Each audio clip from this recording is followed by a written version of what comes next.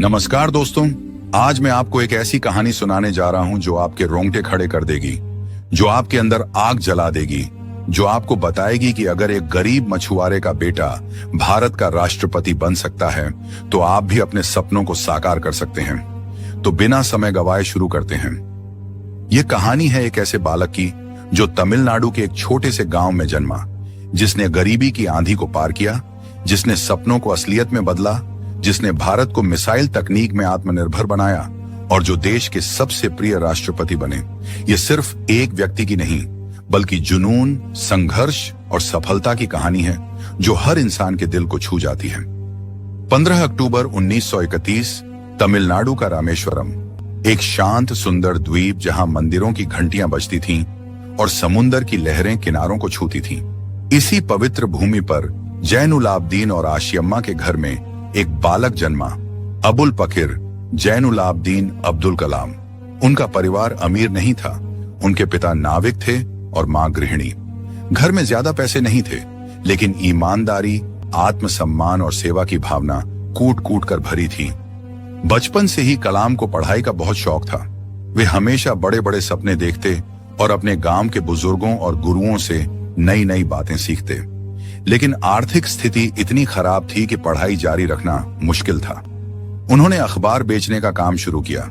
सुबह 4 बजे उठकर पहले नमाज पढ़ते, फिर अखबार बेचने निकल जाते और फिर स्कूल जाते।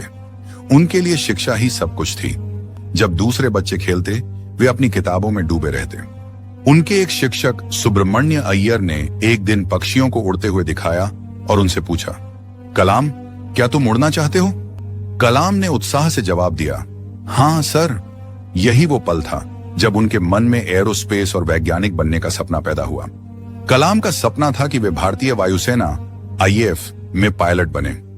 उन्होंने दिन रात मेहनत की, परीक्षा दी, लेकिन वे 9वें स्थान पर रहे, जबकि सिर्फ 8 लोगों का चयन हुआ।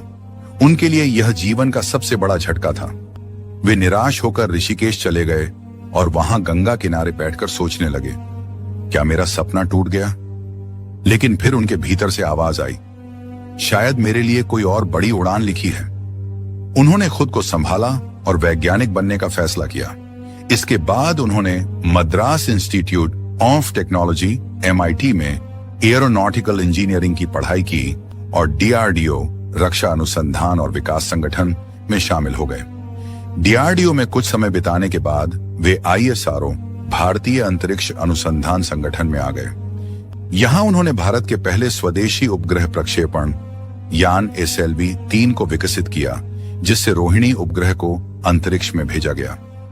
यह सफलता भारत के लिए ऐतिहासिक थी, लेकिन उनका सबसे बड़ा योगदान तब आया जब उन्होंने अग्नि, पृथ्वी, त्रिशूल, आकाश और नाग मिसाइलों को विकसित करने में अहम भूमिका निभाई। इन्हीं मिसाइलों की वजह से उन्हें मिसाइल मैन ऑफ इंडिया कहा जाने लगा।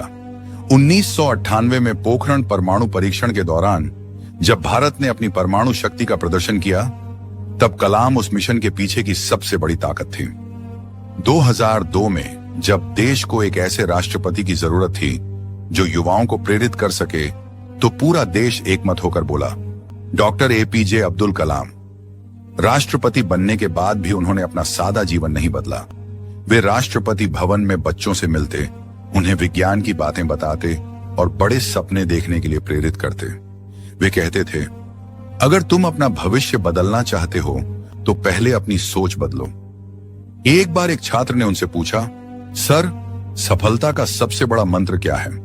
कलाम मुस्कुराए और बोले, सपने देखो, कड़ी मेहनत करो और कभी हार मत मानो।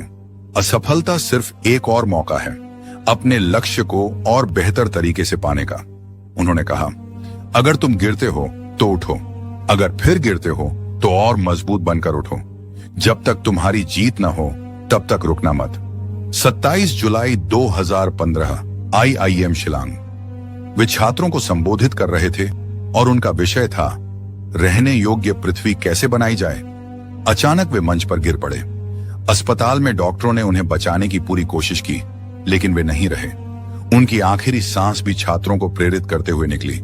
क्या इससे बड़ी कोई प्रेरणा हो सकती है? सपने देखने की हिम्मत रखो, असफलता से मत डरो, बल्कि उससे सीखो। कड़ी मेहनत ही सफलता की कुंजी है।